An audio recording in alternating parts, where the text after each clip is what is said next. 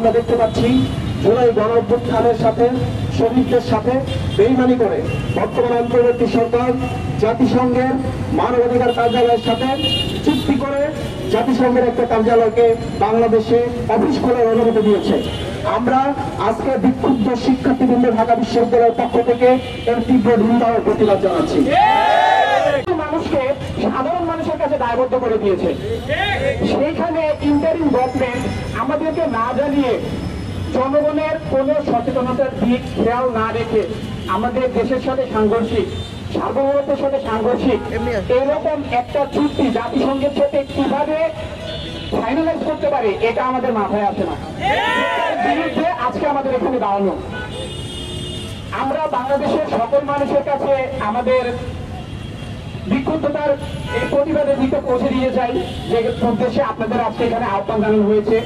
এবং আমি ধন্যবাদ জানাই আন্তরিকভাবে আমাদের পক্ষ থেকে, আপনারা আজকে আমাদের ডাকে সাড়া দিয়েছেন।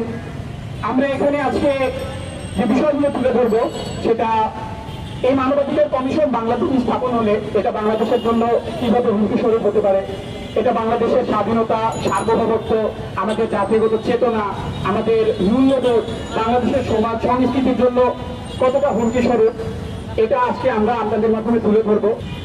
আমরা যে জুলাই আন্দোলন করেছিলাম, সেই জুলাই আন্দোলনের আমাদের করার পিছনে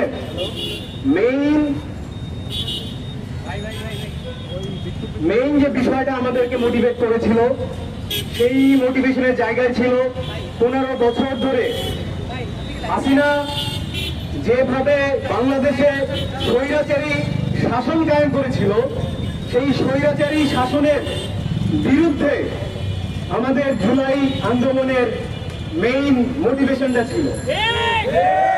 হাসিনা যে স্বৈরাচারী শাসন কায়েম করেছিল, সেটা সে কিভাবে শাসন কায়েম করেছিল আমরা জানি। হাসিনা তার বিভিন্ন ইনস্টিটিউশন, বিভিন্ন সংস্থা, বিভিন্ন এজেন্সির মাধ্যমে সে তার স্বৈরাচারী শাসন কায়েম করেছিল। আর এই কায়েম ছিল একটা দেশীয় আঞ্চলিক একটা স্বৈরাচারী শাসন। আমরা যদি আমাদের দেশীয় আঞ্চলিক বর্ডার থেকে বের হয়ে এসে আমরা যদি আমাদের গ্লোবাল এবং ইন্টারন্যাশনাল পর্যায়ে যদি আমরা তাকাই, তাহলে আমরা দেখব এই ইন্টারন্যাশনাল যে দেশগুলো আছে এবং এই ইন্টারন্যাশনাল শক্তিশালী যে আধিপত্যবাদী যে দেশগুলো আছে, যে সুপার পাওয়ারগুলো আছে, তারা তাদের এই সাম্রাজ্য, তাদের এই আধিপত্য তারা যে স্থাপন করে, সেই স্থাপন করেও তারা কিছু সংস্থা এবং কিছু ইনস্টিটিউশনের মাধ্যমে। এবং এই ইনস্টিটিউশনের মধ্যে একটি ইনস্টিটিউশন হচ্ছে কি আপনারা সবাই জানেন যে ইউনাইটেড নেশনস মূলত একটি সাম্রাজ্যবাদী এবং আধিপত্যবাদী দেশগুলোর আধিপত্য কায়েমের একটা সংস্থা মাত্র। এই সংস্থাগুলোর মাধ্যমেই তারা বিভিন্ন দেশে তারা তাদের আধিপত্য কায়েম করে। এই আধিপত্য কায়েম করে তারা বিভিন্ন মানবতার নামে, বিভিন্ন শান্তি শৃঙ্খলার নামে, বিভিন্ন এজেন্সির মাধ্যমে, বিভিন্ন প্রণোদনার মাধ্যমে। এবং আমরা দেখতে পাচ্ছি সেই একই মানবতার কথা বলে এই আধিপত্যবাদী শক্তিশালী রাষ্ট্রগুলো আমাদের দেশেও তারা তাদের আধিপত্য কায়েম করার জন্য তারা সেই একই নাটক এবং একই মানবতার কথা বলে তারা আমাদের দেশ হস্তক্ষেপ করতে যাচ্ছে। আপনারা সবাই জানেন যে এই সংস্থা যে দেশে যে অঞ্চলে গিয়েছে, সেই অঞ্চলেই কখনোই শান্তিপূর্ণ অবস্থায় ফিরে আসেনি, বরং যেটা হয়েছে বিশৃঙ্খলা এবং অশান্তি বৃদ্ধি পেয়েছে। আমরা মনে করছি এটার যদি বৈধতা দেওয়া হয় আমাদের দেশে, তাহলে আমাদের দেশের সার্বভৌমত্ব, আমাদের দেশের শান্তি, আমাদের দেশের শৃঙ্খলা সবকিছু বিঘ্ন হবে। সেটার বিরুদ্ধেই আমরা প্রতিবাদ জানিয়ে আমরা এখানে সমবেত হয়েছি।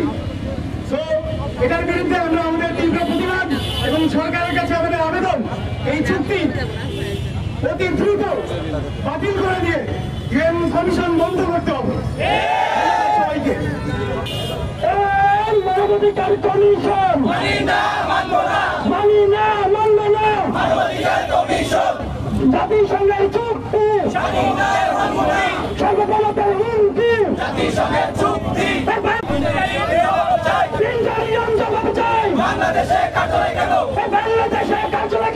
ইন্টারিম জবাব চাই, ইন্টারিম জবাব চাই। বাংলাদেশে কার্যালয় কেন? সেটা কেন তার মানে নেই, বাংলাদেশও মানবে না, বাংলাদেশও মানবে না।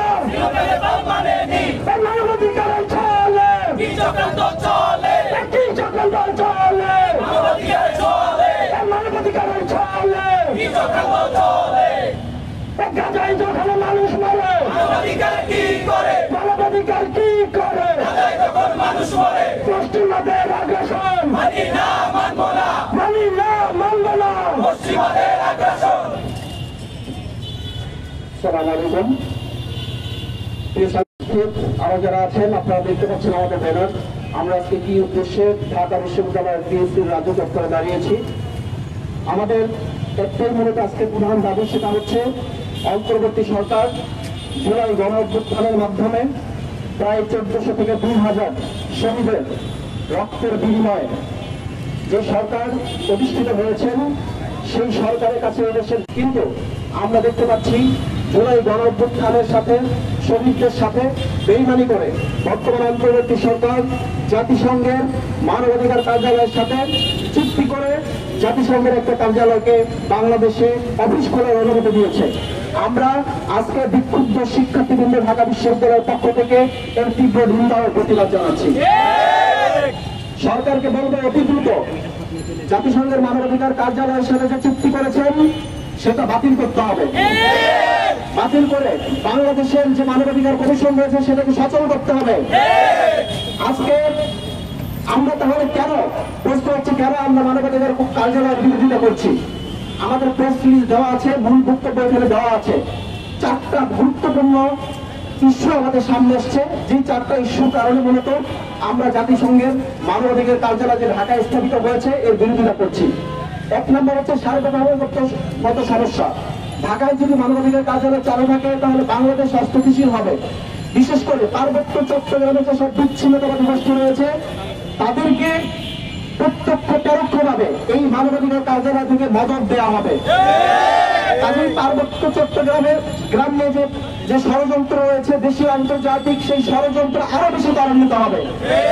আপনারা জানেন বিভিন্ন পত্র পত্রিকায় লেখা হয়েছে 2035 সালের মধ্যে সাউথ এশিয়ার দক্ষিণ এশিয়ার মানচিত্র পরিবর্তিত হবে।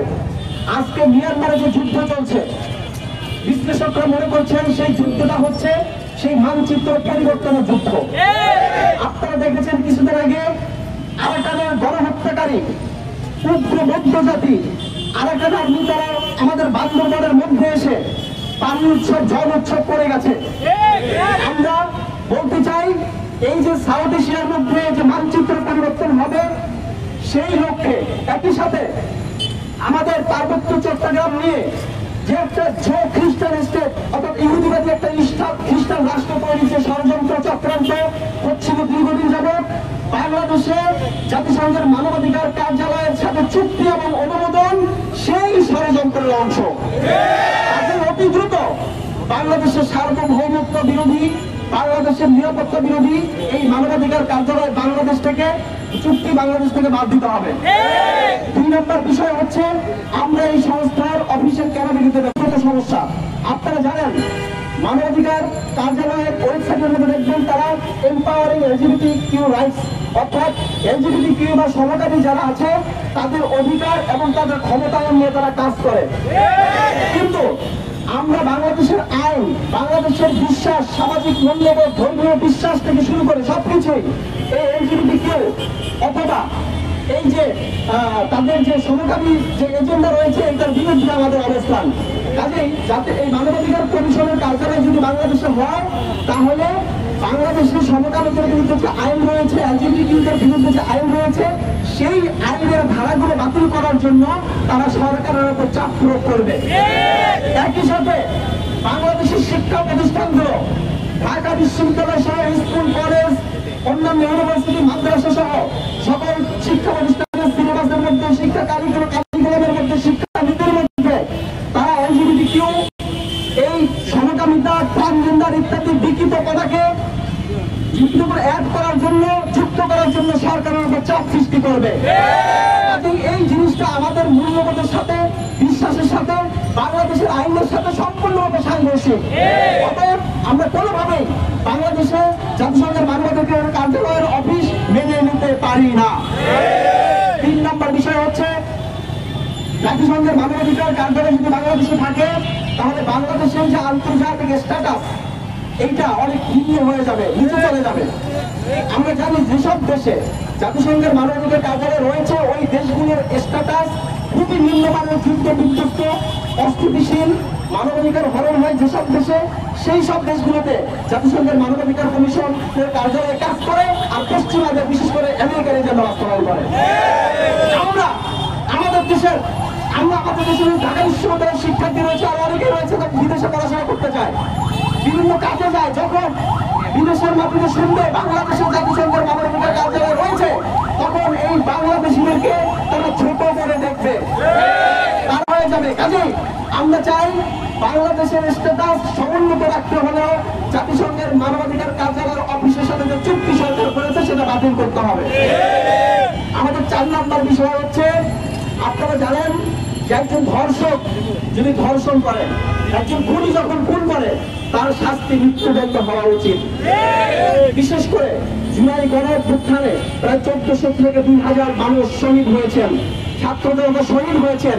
এইটার সঠিক তদন্তের মাধ্যমে যারা একেবারে সত্যিকার অপরাধী তাদের তো অবশ্যই সর্বোচ্চ শাস্তি হতে হবে।